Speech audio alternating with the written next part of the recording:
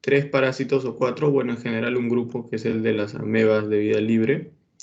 Y hoy día vamos a hablar de dos parásitos, uno de la familia Apicomplexa, bueno, se le llamaba Apicomplexa antes, ahora ya no se le llama apicomplexa, se le llaman los esporozoitos porque, no sé, o sea, los parasitólogos han decidido cambiarle el nombre a este grupo de parásitos y ya, entonces vamos a empezar.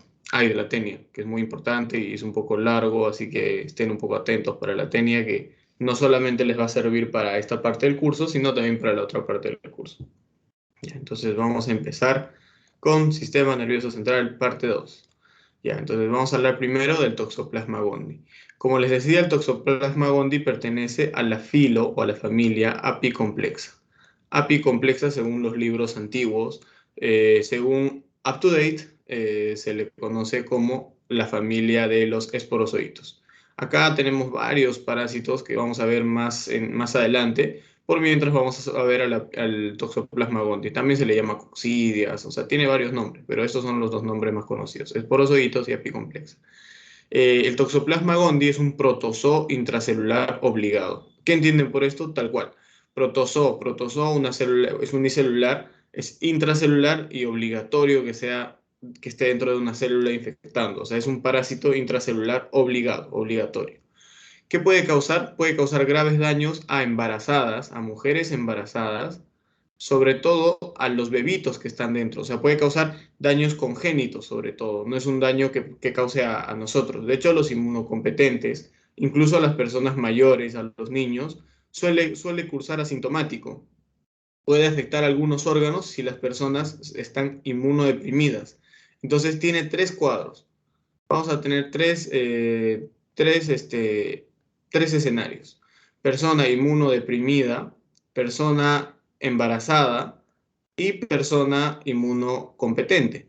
Entonces, en la persona inmunodeprimida puede causar un cuadro agudo, puede causar una toxoplasmosis, un cuadro de toxoplasmosis aguda, que ahorita vamos a ver cómo cursa, pero sí va a tener sintomatología y sí va a ser incómodo y sí puede causar corioretinitis o algunas otras cosas. En el caso de congénito, va a dar curso a natimuertos, o sea, el bebé va a nacer muerto. Y de hecho, a la embarazada, a la mujer embarazada puede que no le pase nada, pero el bebé puede tener congénita, una toxoplasmosis congénita que va a cursar con una triada clásica de corioretinitis, hidrocefalia, esto lo vamos a ver en una diapo más adelante, y calcificaciones cerebrales. Entonces va a tener corioretinitis, hidrocefalia y calcificaciones cerebrales el natimuerto, van a ser muertos. Entonces, esta es una pequeña entrada para por qué es importante estudiar esta enfermedad. A pesar de que nosotros puede cursar asintomática en los humanos inmunocompetentes, puede afectar ciertos órganos causando hepatomegalia y otras cosas, pero en inmunodeprimidos va a ser un cuadro de toxoplasmosis aguda y toxoplasmosis congénita en los recién nacidos que suelen nacer natimuertos. Más adelante les voy a mostrar una imagen ahí en Google que voy a tener que buscar porque no la he puesto acá. Pero van a ver y sí es un poco impresionante. Entonces vamos a ver primero los hospederos. Esta es una pequeña imagen de cómo son los de la familia apicomplexa o los coccidios o los esporozoitos. Como pueden ver ahí, apicomplexa, porque en el polo apical van a tener como unas granulaciones, ¿ven? Ahí tienen el polo apical, es en forma de cono, y van a tener esporozoitos también se le llama porque tienen esporas, esporoquistes. Ahorita vamos a ver la morfología.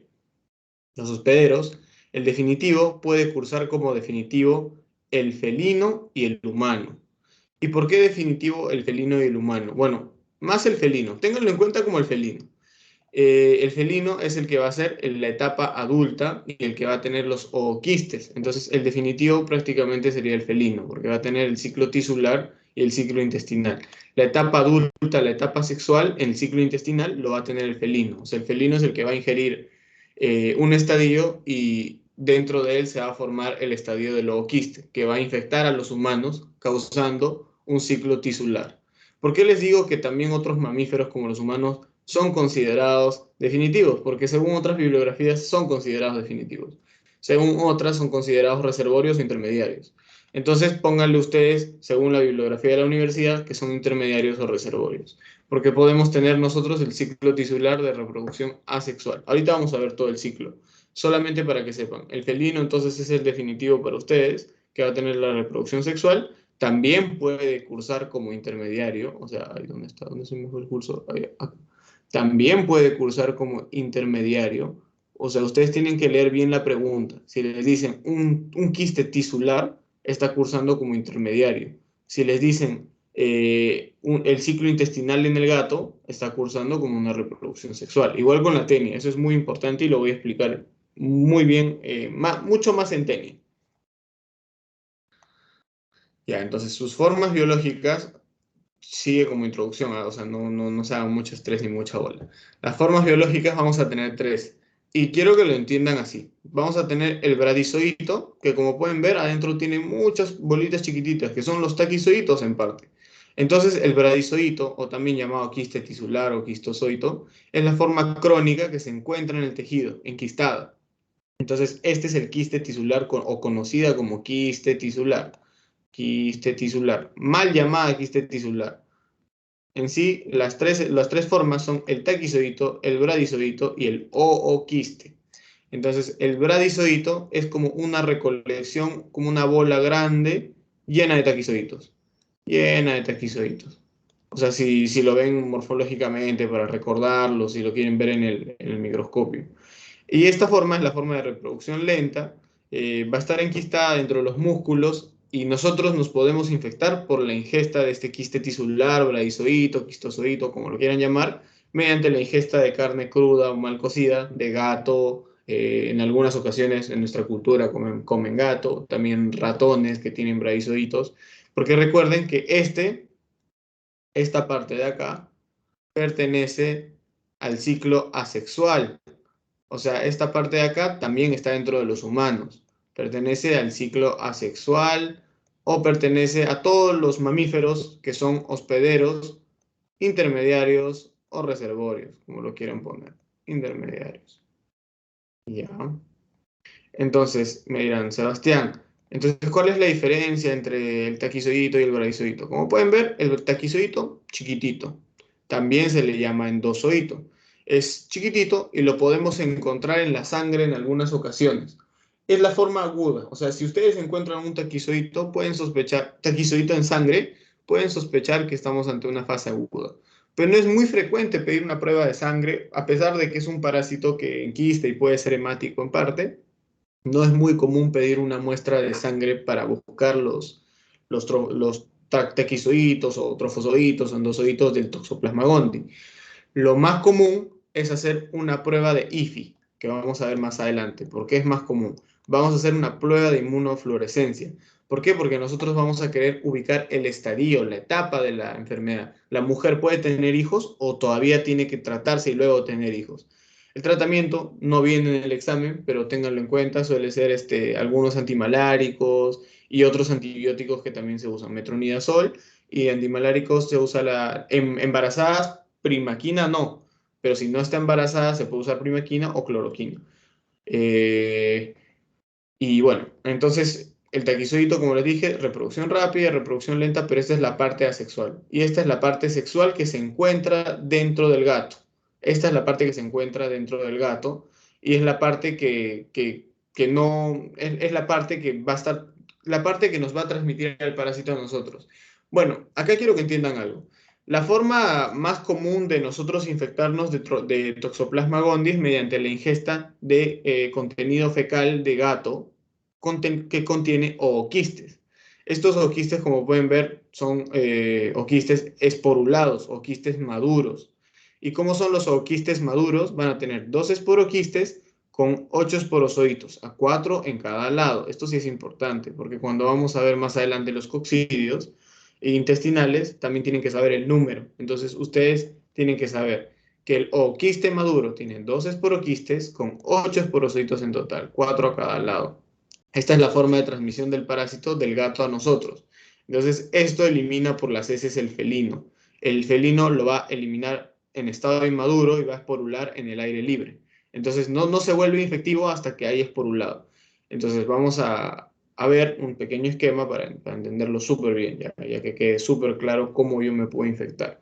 Acá yo les puse que el estadio infectivo era el ooquiste esporulado, pero también puede ser el taquizoidito o el bradizoidito, pero es más común que sea el ooquiste esporulado. O sea, la bibliografía les va a poner que son los tres, pero mucho más común el ooquiste esporulado.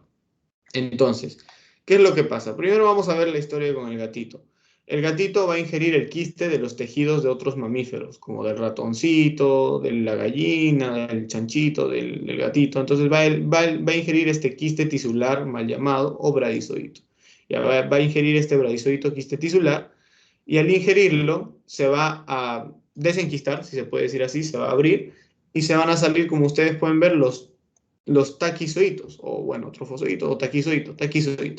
Entonces van a estar ahí los taquizoitos y van a invadir la membrana de la mucosa intestinal del gatito, formándole también quistes al gatito. O sea, también le van a formar algunos quistes al gatito. Pero, el gatito lo que puede hacer que nosotros no podemos hacer es botar esto de acá, que es el ooquiste. Solo por eso él es el definitivo.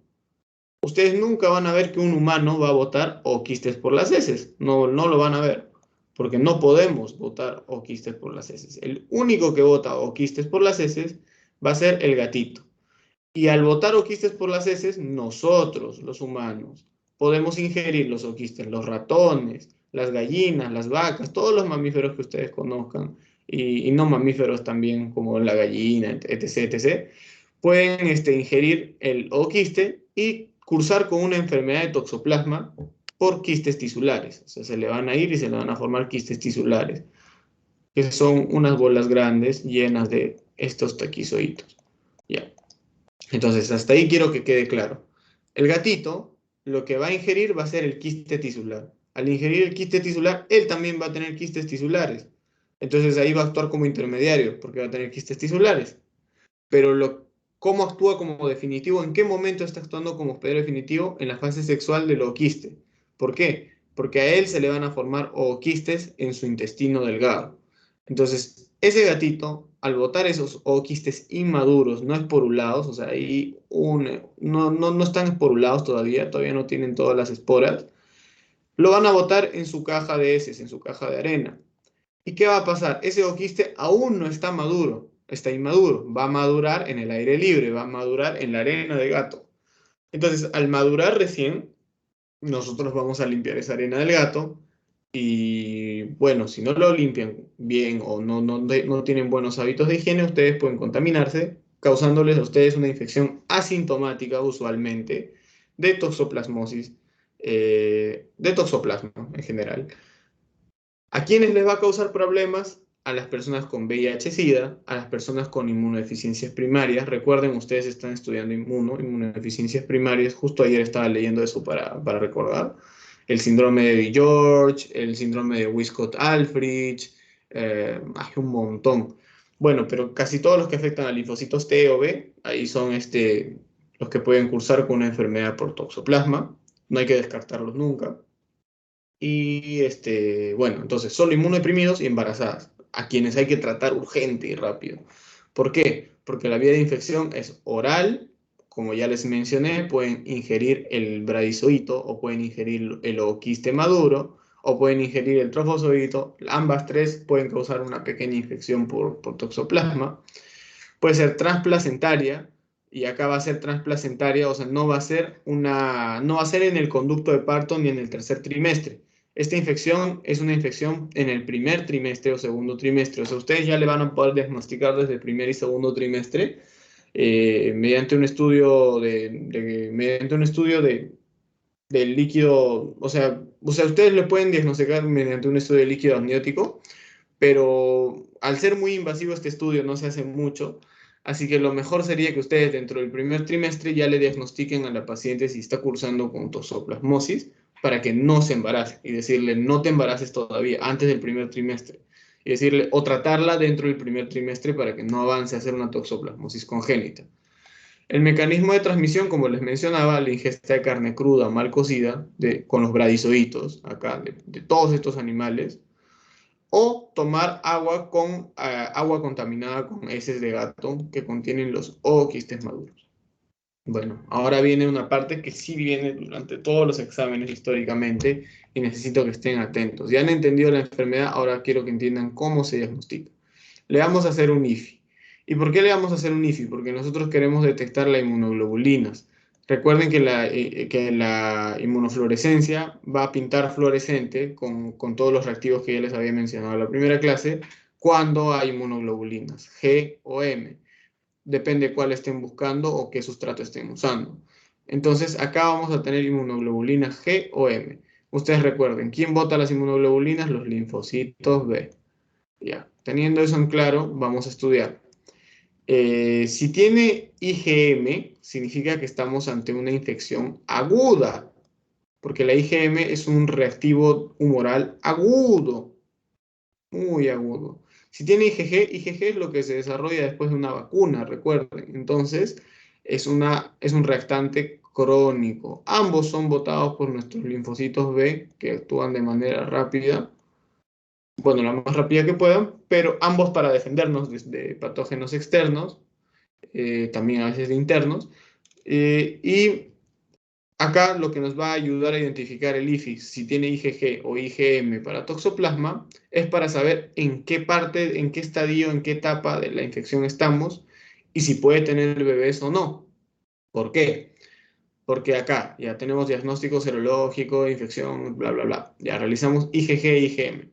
Tiene IgG negativa con IgM positiva. Entonces es una sospecha alta de infección aguda.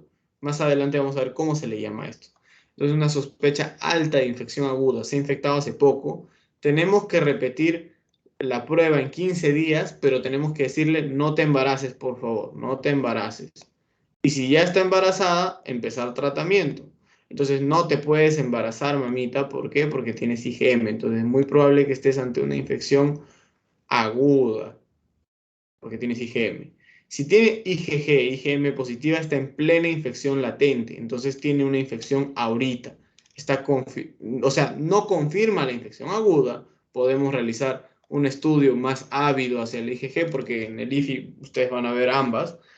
Pero ya prácticamente, si tiene IgG e IgM positiva, ustedes ya pueden empezar tratamiento, ya no tienen que volver a tomar una prueba de IgM, ya tienen que empezar a tomar la prueba de IgG para ver si tiene ya los anticuerpos y si puede afectar al bebito. Entonces, igual, no te puedes embarazar. Si tiene IgG e IgM negativa, no tiene nada, obviamente, no tiene infección. Si tiene solo IgG positiva, la infección es más probable que sea hace más de un año. Se le puede volver a tomar una prueba en 15 días, por si acaso, pero no hay mayor problema, sí puede tener hijos. Entonces, ¿cuándo es el problema? Cuando tiene IgM positiva o cuando tiene IgG e IgM positiva. Acá tenemos una pequeña, ay, perdón. Ya. Acá tenemos un pequeño esquemita donde nos explican de nuevo y una pequeña, ya, a ver, les voy a hacer una pregunta para ver si están despiertos. Quiero que vean bien la imagen. Ya, los que han visto bien la imagen, ¿cuál de las imágenes creen que estaba positiva? No va a venir en el examen, pero eso es tema de primera clase. ¿Cuál de las imágenes creen que estaba positiva? Escríbanlo en el chat. ¿Esta está positiva? ¿O esta está positiva? ¿Esta está positiva o está negativa? Acá está pintando algo, no está pintando, acá está pintando. ¿Cuáles son las inmunoglobulinas? Positivas. Porque ambos son imágenes sacadas de un paper de toxoplasma. ¿Pero en cuál tiene inmunoglobulinas positivas? ¿Alguien sabe? ¿Están dormidos? Bueno, yo les explico. El reactante pinta de verde, la inmunofluorescencia pinta de verde. Entonces acá tiene inmunoglobulinas positivas y acá las tiene negativas. Solo era para ver la diferencia. Acá, como pueden ver, no pinta nada aún. Tampoco pinta nada aún. O sea, pinta, pero no pinta todavía inmunoglobulinas positivas para el reactante de toxoplasma. En cambio, acá sí pinta ya. Y ya tiene, podemos confirmar que acá era IgG. Parece, sí, IgG. Entonces vamos a volver a explicar. Es negativo a IgG. Entonces, es negativo a IgG, entonces tenemos que tomarle la muestra en 3 semanas si se sospecha de infección aguda. O sea, si tiene algún síntoma o algo que me pueda indicar. Si no, puede irse tranquila, si no es positivo a IgG ni IgM. Es positivo a IgG, está infectado o ha tenido una infección de más de un año, entonces igual hay que seguir estudiándolo a 15 días. Entonces tenemos que determinar hace cuánto fue la infección. La IgM me va a ayudar a determinar si esto es agudo o si es crónico. La IgG, recuerden que se empieza a formar. Ahorita les voy a hacer un esquemita bien bonito. La IgG se empieza a formar más o menos a partir del octavo mes o sexto mes. Entonces, si tiene IgG sola, ya ha pasado más de un año. Si tiene IgM más IgG, estamos a 6 meses de la infección más o menos. Mira, si tiene IgG sola, ha estado infectado más de un año. Si tiene negativo IgM. Si en cambio tiene IgG e IgM, puede haber estado infectado dentro de los últimos 2 años o puede ser un falso positivo a IgM. Entonces se le vuelve a tomar a los 15 días. Cuando tiene positivos los dos, igual lo volvemos a retestear, pero con avidez a IgG. Ya, luego examinamos el suero para encontrar la afinidad a la IgG, ¿ven? Y si encontramos alta afinidad a IgG, infección de por lo menos 12 semanas. Baja afinidad a IgG, de infección reciente. Ya, muy bien. Entonces, ahora, ya para que quede claro, vamos a ver esto de acá. Y vamos a hacer un pequeño esquemita. Una línea de tiempo de infección por toxoplasma. Digamos, acá yo tengo mi primer contacto con toxoplasma. Entonces, acá yo tengo mi primer contacto con toxoplasma. Ya. Entonces, ¿qué pasa? Tengo mi primer contacto con toxoplasma. Entonces, dentro de esta línea, hasta solo por acá, que digamos que es la 12ª semana, más o menos, no, un poco más, ya tirando para el quinto mes. Ya, ya, entonces, toxoplasma, primera infección. Acá tengo mi primer contacto con toxoplasma. Acá voy a tener solamente IgM durante estas primeras semanas. Solamente IgM. ¿Y cómo se llama cuando tengo solamente IgM? ¿Dónde está? Acá. Paciente en fase primaria, en fase aguda, en fase primaria más que nada lo llaman. Luego acá ya han pasado ciertos meses y acá se empieza a producir a la 12ª semana, más o menos 3 meses. Acá se empieza a producir la IgG. Entonces, dentro de este pequeño periodo de acá, va a tener ambas. Va a tener ambas, como pueden ver. Entonces, dentro de este pequeño periodo de acá va a tener ambas. Y cuando tiene ambas, ¿cómo se llama? Infección en fase aguda o primaria, o bueno, ya se llama infección confirmada en fase aguda. Cuando tiene solamente IgG, se le llama paciente en fase crónica, no latente, fase crónica, que es esto de acá, porque ya no va a tener IgM, solamente va a tener IgG. Se le puede hacer un retesteo a las 3, pero lo que necesito que sepan es cuándo está en fase aguda y cuándo está en fase crónica. Fase aguda cuando tiene ambas, que es esta de acá, que es más o menos a partir de la semana 12 hasta pónganle un mes 8 por ahí, que ya se van a ir viendo mejor. De la 12ª semana hasta el 8º mes. Luego, si tiene solamente IgM, está antes de la 12ª semana, entonces es muy primaria, muy aguda para tomar una decisión también, pero solamente se le recomienda no embarazarse. Si tiene ambas, ya se empieza tratamiento. Si tiene solamente IgG, se le vuelve a tomar una IgM para ver que no haya sido un falso negativo. Si sale otra vez solamente alta avidez a IgG, se empieza tratamiento, pero con mucha menos dosis. Y si no tiene ninguno, ustedes felices le dicen, puede embarazarse, señor. ¿Y por qué les digo esto? Porque mira, la toxoplasmosis puede hacer 3 cuadros. Estos 3 cuadros y un cuadro más que ustedes van a añadir, que es el cuadro en nosotros. Toxoplasma en personas inmunocompetentes. Inmunocompetentes. Inmunocompetente significa que tienen la inmunidad bien. O sea, espero que en inmuno ustedes hayan visto eso. Ya, en la persona toxoplasma inmunocompetente, ¿qué pasa? Es asintomática el 85% de veces. Entonces no tiene síntomas. Entonces, ¿cuándo ustedes le van a hacer un test a una persona asintomática? Cuando está embarazada. Solo cuando está embarazada. O cuando quiere hacer planificación familiar y quiere embarazarse. Entonces van a ustedes hacerle el test y le van a decir, sí, usted se puede embarazar. No, le recomiendo que aún no se embarace, por favor. Otro cuadro en personas inmunodeprimidas y en congénita es la toxoplasmosis ocular. ¿Qué me causa la toxoplasmosis ocular? corioretinitis, edema de la mácula. No es como la otra vez que era queratitis, que era en la córnea, ahora es en la retina. Entonces va a tener dentro de la mácula pérdida de visión central irreversible porque va a tener edema en la mácula. Y fuera de la mácula puede que o sea, si tiene la corioretinitis fuera de la mácula, puede que se normalice. O sea, si pierde la visión central por un rato y siente como que no puede ver en una parte, al medio, un rato. Entonces puede que se pueda tratar. Pero si ya tiene edema, si ya ustedes le dicen, yo veo medio rosado, que no sé qué, ya es casi probable de que no vaya a recuperarse de esa corioretinitis y pierda la visión de manera total. La toxoplasmosis congénita es otra forma, otro curso de esta enfermedad, que como les decía, puede que se empiece al tercer trimestre, pero empieza desde el primer trimestre. Entonces, ustedes lo que tienen que ver es desde el primer trimestre empezar a tratar. Tienen que tratarla desde acá. Tratamiento inmediato. Acá tiene que ser el tratamiento inmediato. Ni bien ustedes la diagnostican, tienen que empezar el tratamiento. Porque a pesar de que acá nosotros solemos diagnosticarla ya en el tercer trimestre y ya en el tercer trimestre es donde se forma y todo, ustedes pueden empezar a actuar desde acá y pueden salvarle la vida a ese bebito. Entonces la triada clásica ya les había dicho corioretinitis, hidrocefalia y calcificaciones encefálicas. Ahorita vamos a ver una imagen de un niñito que tiene toxoplasmosis congénita.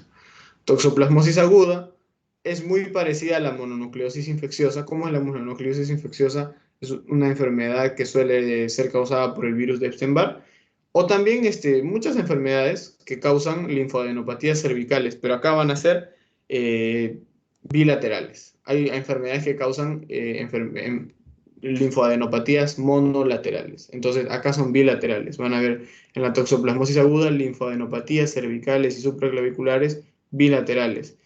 Y casi todas estas enfermedades que causan linfadenopatías suelen ser en pacientes con VIH o con SIDA. Pero no olvidar también los pacientes que tienen inmunodeficiencias no adquiridas, o sea, primarias, como el síndrome de George, entre otras cosas. Entonces acá tenemos las linfadenopatías cervicales en toxoplasmosis aguda. Ya. Ahí queda claro, supongo.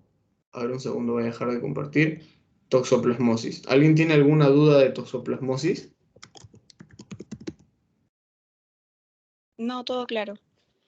Claro. Ya, genial. Un ratito. Ahorita quiero mostrarles la imagen del bebito para que no se olviden nunca. Y siempre lo traten. Y ahí está. Ya. Si es que no nació muerto, va a tener todas estas sintomatologías de acá. Convulsiones, corioretinitis, hepatomegalia, esplenomegalia. A ver, van a ser así el bebito, así como lo ven. Esta es la imagen más común que muestran en los libros. Como pueden ver, hidrocefalia, corioretinitis, su ojo está todo negro, la mácula, como pueden ver, calcificaciones encefálicas, que no son múltiples, porque ahorita vamos a ver un cuadro donde las calcificaciones son millones ahí en el cerebro.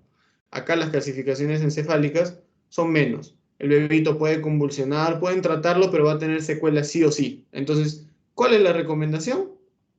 O sea, si quieren tener su gato sí o sí, la recomendación es que desparasiten al gato y que sepan tener un buen manejo de ese del gato.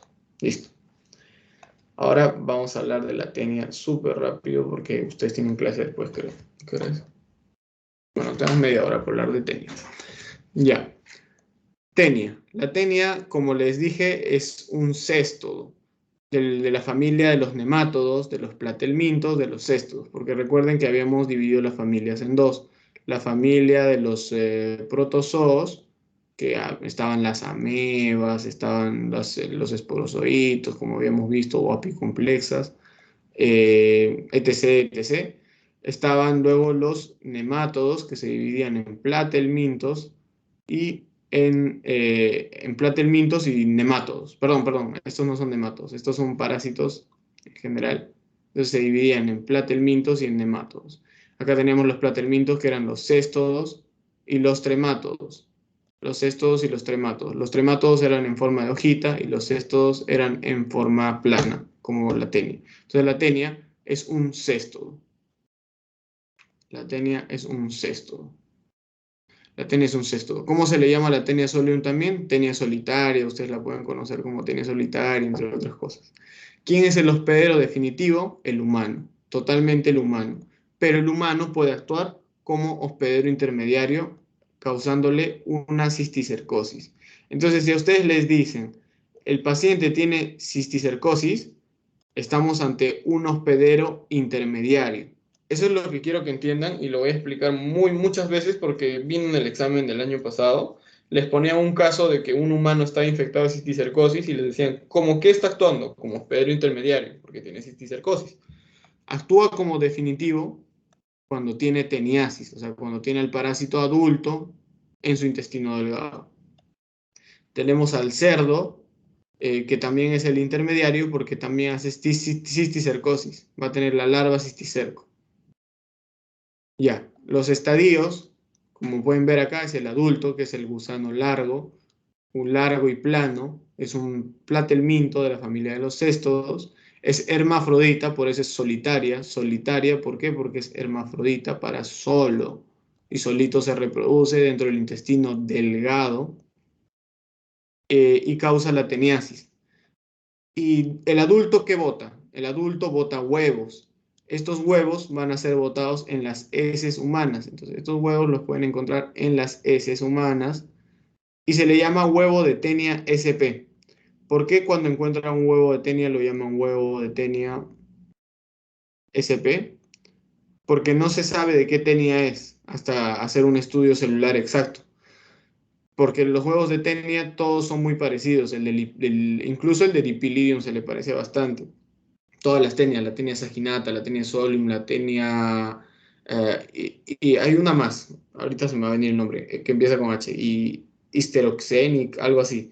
Y entonces todas las tenias tienen la misma forma de huevo. ¿Cómo es? Su embrión de hexacanto, que es este embrión al medio, como pueden ver el gusanito en formación ahí adentro, su corona radiada y su doble capa. Doble capa, embrión de hexacanto, corona radiada. Oncósfera también, que se le llama el embrión de hexacanto.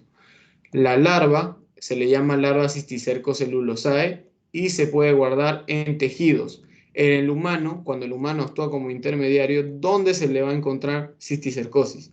En músculo estriado esquelético, o sea, de nuestro cuerpo axial, los músculos de los brazos, del pecho, del abdomen, no sé.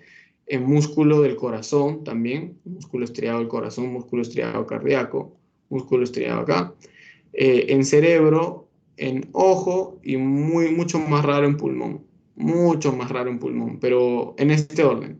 Va a ser en músculo estriado, en cerebro, ahora vamos a ponerle orden. 1, 2, 3, 4, 5. Así, en ese orden.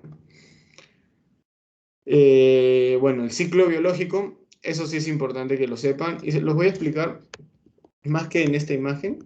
Lo voy a rehacer en una diapositiva nueva para que entiendan bien esto. Y entonces vamos a tener dos escenarios. En ambos va a estar, ya, vamos a empezar con el chanchito en este escenario. Sí, vamos a empezar con el chanchito en este escenario. Entonces vamos a tener un chanchito. Yo no soy muy bueno dibujando, pero sí se entiende que es un chancho. Y entonces vamos a tener este chanchito que va a estar infectado por las larvas cisticerco celulosae. Entonces el chanchito tiene larvas. El chanchito es intermediario, no puede tener huevos. El chanchito tiene larvas cisticerco celulosae. Entonces, Sebastián se va, yo soy de Cusco, entonces Sebastián se va a la chicharronería de Cusco y se come un chicharrón, pero estaba todo rosadito y lleno de sus larvas, que no se ven porque son muy chiquitas. Aparte uno tiene hambre y las come sin ver.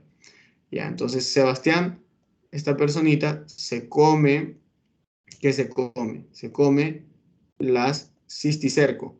Entonces se come las larvas cisticerco. Al ingerir las larvas cisticerco, ¿qué va a pasar? La larva es un estadio antes del adulto, está a punto de formarse el adulto.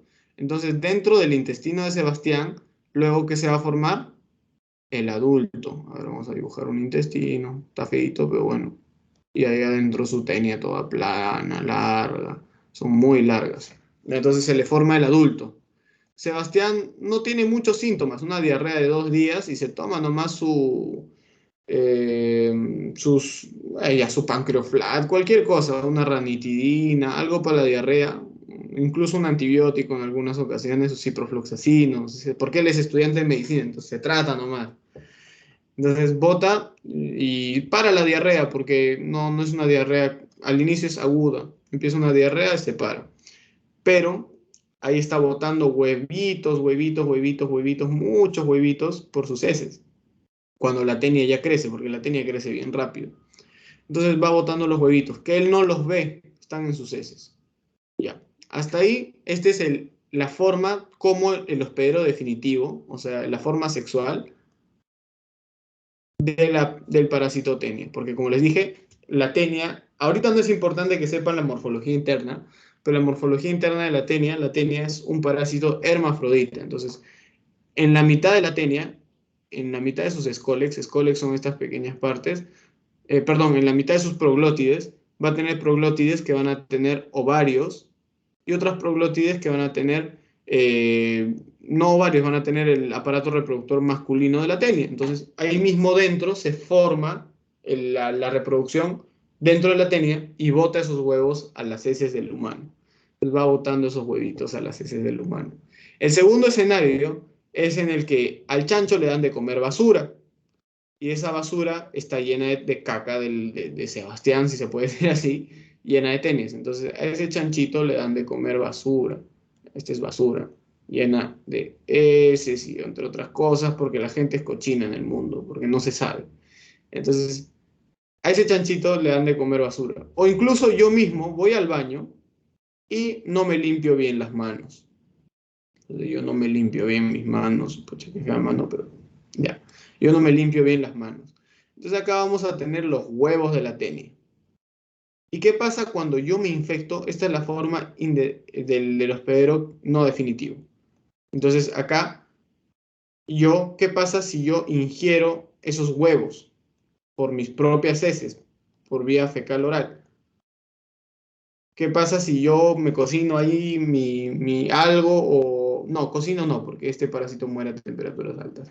Voy y me como una manzanita con ese huevito. ¿Qué pasa? Me causa cisticercosis. ¿Por qué? Porque este huevo no pasa adulto dentro de mi intestino. ¿Qué pasa dentro de mi cuerpo? El huevo pasa al esófago, llega al estómago, pasa al estómago, y en esta última porción del estómago ya no pasa. ¿Qué pasa? Se pasa a la circulación, incluso dentro del intestino, pasa a la circulación enterohepática.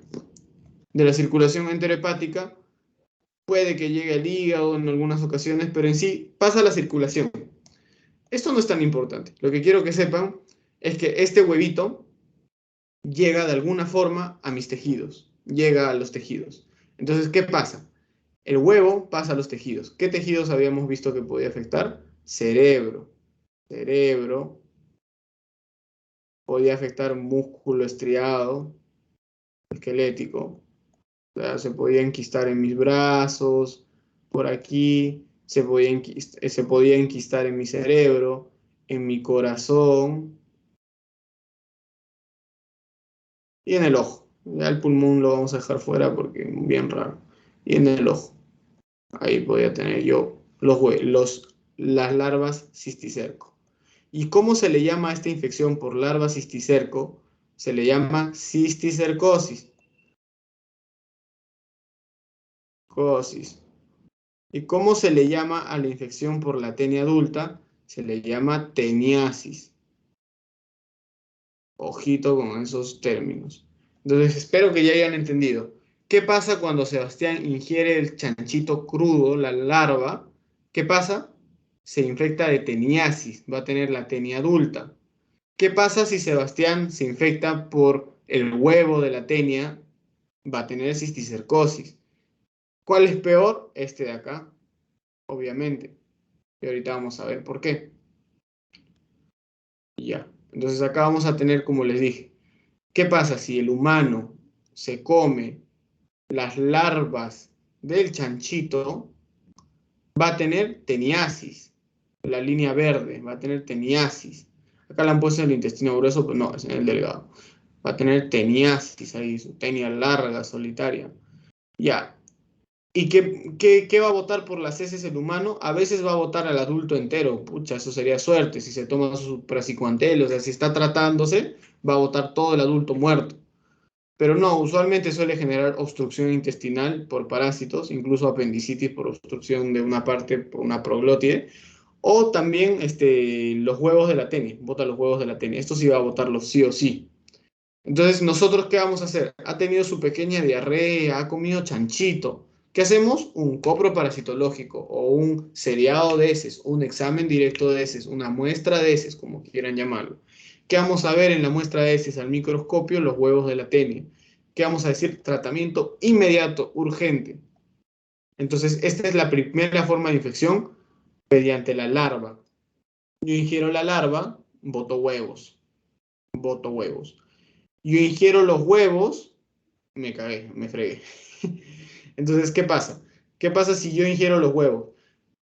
Primero, ¿qué pasa si el chancho ingiere los huevos? Lo mismo que nosotros. Entonces, si nosotros o el chancho o algún otro mamífero ingiere los huevos de la tenia, le va a causar cisticercosis. Le va a causar cisticercosis por la ingesta de huevos del parásito, o sea, por la ingesta fecal oral, por la ingesta de los huevos. ¿Y dónde van a estar las larvas cisticerco? En nuestro cerebro, en nuestros músculos esqueléticos y músculo estriado digo, músculo del corazón estriado, claro, y el ojo también pueden estar. Lo más frecuente, o sea, lo peor que puede pasar, el cerebro, obviamente. Lo más frecuente es en el músculo estriado o en el corazón incluso, pero puede llegar al cerebro y eso es puede generar secuelas que no se curan, no se curan. Tendrían que ir al neurocirujano y bueno, no se curan. ¿Y cuál es la principal manifestación de la neurocisticercosis? O sea, que ya es confirmada, crisis epilépticas, porque es bien rápida y son muchas larvas cisticercos que se ponen en el cerebro. Ahorita vamos a ver una imagen. Son calcificaciones encefálicas también que se forman. Pero a diferencia de las calcificaciones de toxoplasma, que eran una y son grandotas, dos, tres a lo mucho, sobre todo sobre el acueducto de Silvio, en donde están los plexos coroideos. Acá es una imagen llena de puntitos, muchos puntitos. Así la van a ver. Cisticercosis, una imagen llenita de puntitos. Y esa va a ser el principal signo, síntoma, va a ser las crisis epilépticas. La cefalea se manifiesta incluso después de las crisis epilépticas. Esto es lo raro, o sea, va a comer chanchito. Primero vienen las crisis epilépticas. Ustedes no saben qué hacer, lo llevan al neurólogo. El neurólogo les va a consultar. Les va a hacer distintas consultas. La primera causa de epilepsias no es la neurocisticercosis, definitivamente. Entonces les va a hacer varias consultas y va a llegar, le tengo que hacer una resonancia. Le hago la resonancia y veo este patrón de múltiples calcificaciones punteadas. Entonces va a decir, señora, usted tiene buenos hábitos de higiene, ha ido a comer, come chancho con frecuencia, porque la culpa no es del chancho, la culpa no es de haber comido chancho, la culpa es de después de haber comido chancho no haberse lavado bien las manos al ir al baño. Entonces, la principal consecuencia va a ser tener crisis epilépticas, incluso va a llegar a tener un tipo de convulsión, ya no van a ser crisis de ausencia, eso lo van a ver ustedes ya en cuarto o quinto año, ahorita no, crisis epilépticas, cefalea, alteraciones visuales y estas otras que no son muy frecuentes, pero bueno, igual tenganlas en cuenta. Yo he conocido a alguien con neurocisticercosis en el hospital, porque yo pude llevar neuro 3 días, y sí, pues, llegan con epilepsias muy frecuentes que suelen calmar con algunos antiepilépticos como el fenobarbital, así. Acá, ya, yo que les dije, ¿cómo diagnosticaba esto de acá? ¿Cómo diagnostico la teniasis? Bueno, muy aparte de que por cuadro clínico de que ha comido chancho y tiene una diarrea por haber comido chancho, yo lo diagnostico por un copro parasitológico. Acá un copro parasitológico o un seriado de heces. Acá le hago un seriado de heces. En cambio, ¿cómo diagnostico yo la neurocisticercosis? Obviamente no le puedo abrir el cerebro o no le puedo diagnosticar mediante una biopsia. Puede hacerse una biopsia, claro que sí. Pueden hacerle una biopsia cerebral, pueden hacerle una biopsia de tejidos de tejido muscular, etc, etc. Pero no es lo recomendable. Nunca la biopsia es la primera opción. Siempre si hay otras opciones, se van a utilizar. ¿Cuál es esa opción? El Western blot, que ya habíamos explicado. El Western blot se le va a realizar y tiene 100% de sensibilidad. 100% de sensibilidad. Entonces no es necesario realizar una, una biopsia. Ya ahorita quiero mostrarles la imagen de cómo es el patrón del mal. A ver, neurocisticercosis, resonancia. Bueno, un ataque también se le puede hacer si ustedes son bravos. Pero ya, así se ve una neurocisticercosis. A ver, vamos a buscar imágenes. Ataque, resonancia. Obviamente eso no es de este ciclo, no les importa. Pero acá pueden ver, mira, ven, patrón punteado. Incluso acá tiene pocas. Y como pueden ver, ahí van a encontrar a la larva completa. Calcificaciones y a la larva completa. En la tomografía se va a ver ya calcificada, porque la tomografía no muestra bien líquido. En cambio, en la resonancia sí se va a ver a la larva. Resonancia pueden ver ahí a las larvitas, está formando huequitos ahí. Harto edema, mucho edema.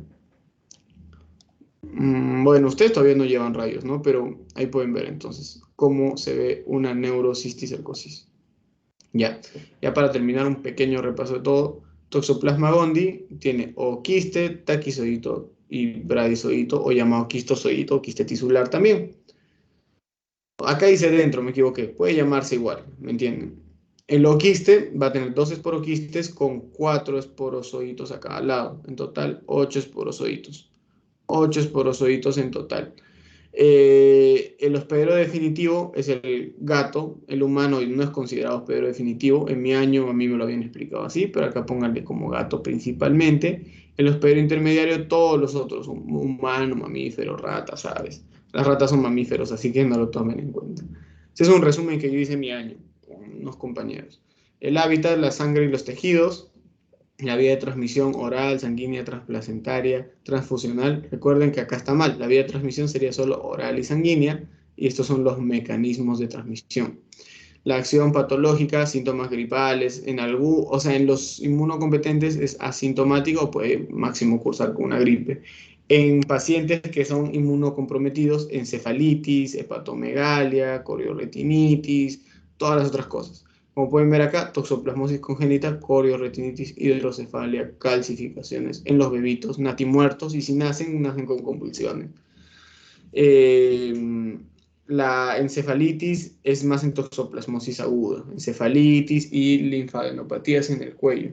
¿Cómo lo diagnostico? Puedo hacerle un examen de líquido cefalorraquídeo y médula ósea, una biopsia, serología y a serología a la cabeza IFI para detectar los anticuerpos, PCR también, para prevenir lavado de manos, desparasita tu gato. Igual acá, ya Tenia la acabamos de ver hace un rato. Bueno, Tenia, morfología no les he explicado porque acá no es importante. La morfología es importante después del parcial. Acá es importante que entiendan cómo yo me infecto de la larva de la Tenia. Yo me infecto por la larva de la Tenia, de teniasis, por el huevo de la Tenia, de cisticercosis. Ese es el concepto. Por el huevo, recuerden, de Tenia sp, doble corona radiada, oncósfera, embrión de hexacanto. El adulto de Solium, saginata no la tengan todavía. El adulto de Solium, su corona con dos ganchos, dos coronas de ganchos, van a ver cómo tienen sus ganchotes ahí. Sus ventosas, sus proglótides anchos, su ovario trilobulado, de 7 a 12 ramas uterinas, es más chiquito que la saginata. El definitivo es el hombre y el intermediario es el cerdo. El intermediario es el cerdo. La cisticercosis puede ir al sistema nervioso central, igual a corazón, puede ir a músculo estriado y a ojo, y la teniasis en el intestino delgado, como les decía. La neurocisticercosis, ya les había hablado yo de los síntomas, y la teniasis, inflamación de la mucosa, y como es una inflamación de la mucosa, diarrea. O sea, infección por teniasis, diarrea, nada más. Cocinar bien la carne, control sanitario, y etc, etc. Bueno, eso ha sido todo y creo que ustedes están un poco apurados, así que no los voy a atormentar más. Solamente les quiero preguntar, ¿cuál es la triada de toxoplasmosis congénita?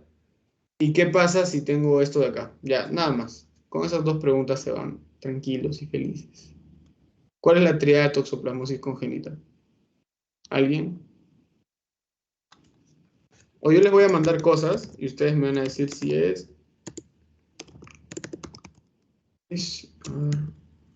ah, Queratitis, dermatitis, ah, otitis, pues.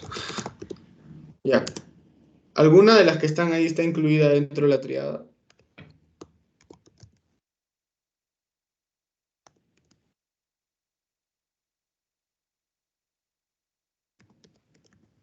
¿Alguien puede hablar, por favor?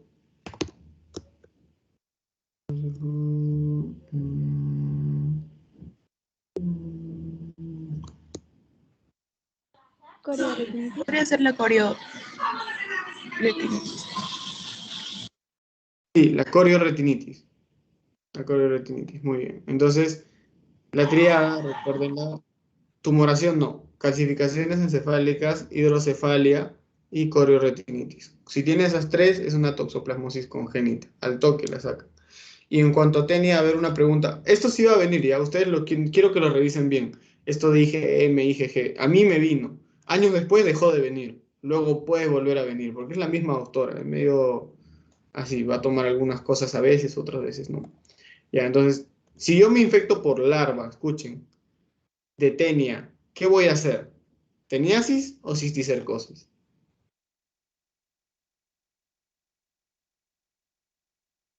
Teniasis. Ya, muy bien. Si yo me infecto, no, teniasis. Porque miren, acá hay la imagen. Vamos a volver a la imagen que yo les había hecho. Si yo me infecto por la larva del chanchito crudo, voy a tener teniasis. Si yo me infecto por el huevo de las heces que yo no me he lavado bien, voy a tener cisticercosis. Bueno, ya les he dicho. Entonces, si yo me infecto por el huevo, ¿qué voy a tener? Cistocercosis. ¿En qué tejidos? A ver, dígame tres tejidos. Tres o cuatro tejidos. Cerebro, músculo estriado, ojo, corazón, pulmón. Ya, excelente, excelente. Bueno, chicos, vayan a su otra clase, diviértanse, sean felices. Hoy día es fin de semana. El lunes es mi cumple. Así que, bueno, diviértanse mucho y sean felices porque son primeros días todavía. Pueden todavía relajarse un poco. Luego ya sí estrésense mucho y estudien bastante. Bueno, intenten esquematizar todo, ¿no? Pero igual, todo con calma. Cuídense mucho, chicos. Voy a dejar de grabar. Hasta luego.